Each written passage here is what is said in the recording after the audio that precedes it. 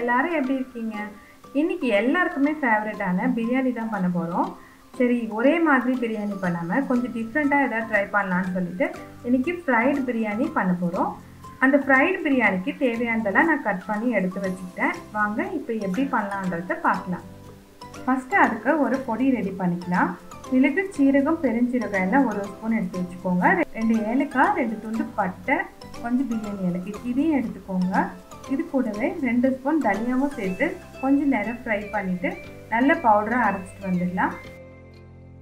ஒரு கடாயில் 1 ஸ்பூன் அளவுக்கு எண்ணெய் விட்டுட்டு 2 ஸ்பூன் மிளகு, உங்கள் காரத்துக்கு தகுந்த அளவுக்கு பச்சை மிளகாய், ஒரு கைப்பிடி அளவுக்கு புதினாவையும் சேர்த்து நல்லா வதக்கிட்டு அது கூடவே 6-7 முந்திரியும் சேர்த்து நல்லா அரைச்சிட்டு வந்துடுங்க. இப்போ ஒரு குக்கரில் 2 ஸ்பூன் நெய் போட்டுட்டு ஒரு 50 ml எண்ணெயும் சேர்த்து நல்லா சூடு பண்ணிக்கோங்க. அது கூட நம்ம அரைச்சி வச்சுருக்க அந்த பொடியை சேர்த்துக்கோங்க. எண்ணெயில் பொடி போட்ட உடனேவே நல்ல வாசனையாக இருக்கும். ஒரு 1/2 கிலோ அளவுக்கு சின்ன வெங்காயத்தை கட் பண்ணி வச்சுருக்கேன், அதையும் சேர்த்து நல்லா வதக்கிக்கோங்க. இப்போ 2 ஸ்பூன் அளவுக்கு இஞ்சி பூண்டு பேஸ்ட் சேர்த்துக்கோங்க. வெங்காயம் இஞ்சி பூண்டுலாம் நல்லா வதங்கினதுக்கப்புறம் ஒரு கைப்பிடி அளவுக்கு புதினாவையும் சேர்த்துக்கோங்க. நல்லா இருக்கும் வாசனை.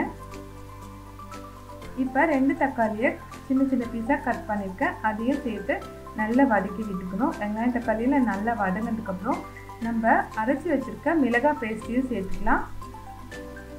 2 ஸ்பூன் தயிரும் சேர்த்து நல்லா மிக்ஸ் பண்ணி விட்டுக்கலாம். இந்த மசாலாலாம் நல்லா வதங்கினதுக்கப்புறம் நம்ம தண்ணி சேர்க்கணும். 1 கப் ரைஸ்க்கு 1.5 கப் தண்ணி சேர்த்துக்கோங்க. அது கூட ஒரு 1/2 லெமனு நீங்கள் அதில் பிழிஞ்சு விட்டுக்கலாம்.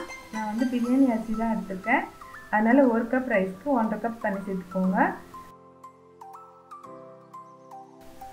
தண்ணி நல்லா கொதிச்சதுக்கப்புறம் நம்ம க்ளீன் பண்ணி வச்சுருக்க சிக்கனை சேர்த்துக்கோங்க. நான் 1.5 கிலோ அளவுக்கு சிக்கன் வாங்கி வச்சுருக்கேன். இப்போ இது கூட சால்ட்டையும் சேர்த்துக்கலாம். சிக்கன் வந்து ஒரு 3/4 பாகம் வெந்ததுக்கப்புறம் இப்போ நம்ம அந்த சிக்கனை மட்டும் தனியாக எடுத்துடணும். அந்த சிக்கனில் இருக்க ஜூஸ் எல்லாம் அந்த தண்ணியில் இருக்கும். அதுலேயே நம்ம பிரியாணி செய்யும்போது ரொம்பவே டேஸ்ட்டாக இருக்கும். அதனால் ஒரு 3/4 பாகம் வேகிற வரைக்கும் அது கொஞ்சம் நேரம் வேக விட்டு நம்ம எடுத்துடணும். நான் போட்டிருக்க சிக்கனில் ஒரு 1 கிலோ சிக்கன் அளவுக்கு எடுத்துகிட்டு 1/2 கிலோ சிக்கனை அப்படியே விட்டுட்டேன். அது கூட நம்ம ஊற வச்சுருக்க பாஸ்மதி அரிசியும் சேர்த்துக்கலாம்.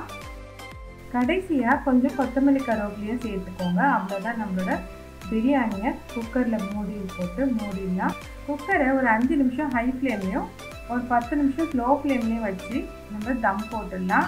அடுத்து நம்ம வேக வச்சு எடுத்து வச்சுட்டு சிக்கனை ரெடி பண்ணிக்கலாம். அதுக்கு 1 ஸ்பூன் அளவுக்கு இஞ்சி பூண்டு பேஸ்ட், 1/2 ஸ்பூன் மஞ்சள்தூள், 1 ஸ்பூன் மிளகாய்த்தூள், 1/2 ஸ்பூன் உப்பு சேர்த்துக்கோங்க. அது கூட சோம்பு தூள் கொஞ்சம் சேர்த்துக்கோங்க. இதை கொஞ்சமாக தண்ணி ஊற்றி நல்லா மிக்ஸ் பண்ணிக்கோங்க. இப்போ இந்த மசாலாவை நம்ம வேக வச்சு வச்சுருக்க சிக்கனில் நல்லா வந்து தடவி விட்டுடலாம். அப்படியே ஒரு 10 நிமிஷத்துக்கு ஊற விட்டுட்டு ஒரு வானலில் 3 ஸ்பூன் அளவுக்கு எண்ணெய் விட்டு கொஞ்சம் முந்திரியை பொரித்து எடுத்துக்கோங்க. இது வந்து பிரியாணிக்கு டெக்கரேட் பண்ணுறதுக்கு தான் இந்த மாதிரி பண்ணுறோம். உங்களுக்கு வேண்டாம்னா இதை நீங்கள் ஸ்கிப் பண்ணிக்கலாம். அந்த எண்ணெயிலேயே ஆனியனையும் நீல வாக்கில் கட் பண்ணி வச்சுருக்கேன், அதையும் நல்லா ஃப்ரை பண்ணி எடுத்துக்கோங்க. நல்லா கோல்டன் ப்ரௌன் வர வரைக்கும் அந்த ஆனியனை ஃப்ரை பண்ணி எடுத்துக்கணும். இப்போ கருவேப்பிலையும் கொஞ்சம் பொரித்து எடுத்துக்கோங்க. இப்போ அதே கடாயில் நம்ம மசாலா போட்டு ஊற வச்சு வச்சுருக்க அந்த சிக்கனையும் நல்லா ஃப்ரை பண்ணி எடுத்துக்கலாம்.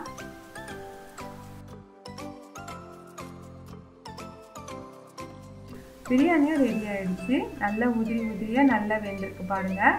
இப்போ நம்ம பிளேட்டிங் பண்ணிக்கலாம்.